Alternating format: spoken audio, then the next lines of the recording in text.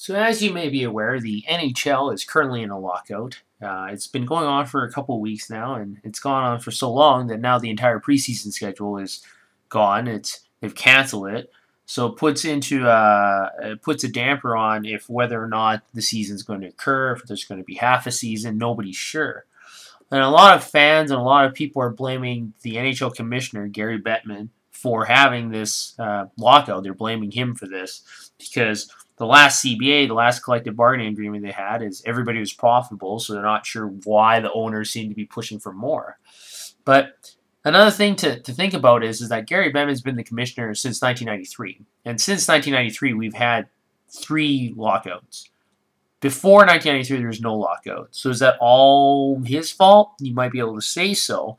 But one thing people don't understand or might not be taking into account is how much Gary Bettman has brought to the NHL in revenue, at least what they think he's brought in revenue. And if you look at this article in the New York Times, it says, during Bettman's tenure, the NHL's revenue has grown from $400 million to $3.3 billion.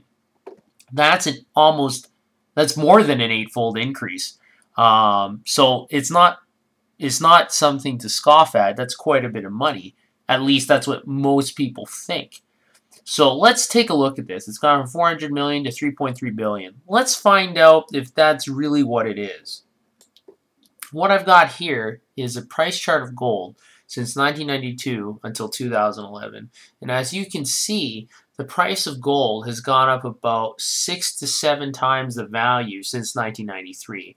Now, if you're measuring from 1999, when it hit a low of about $230 an ounce, it's actually gone up 8-fold, which is actually the same amount of revenue that the NHL has increased.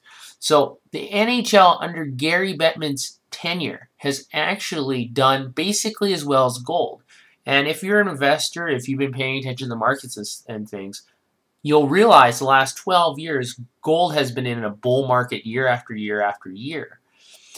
So I think that even though there is a lockout, and a lot of people do complain about the NHL, they do complain about Gary Bettman, some of them blame the players, some of them blame the owners. It seems to be more blaming the owners from what I can tell.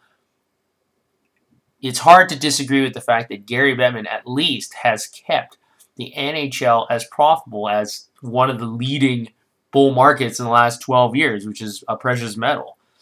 So is he good for the sport? Not sure. Is he good for the money? Definitely.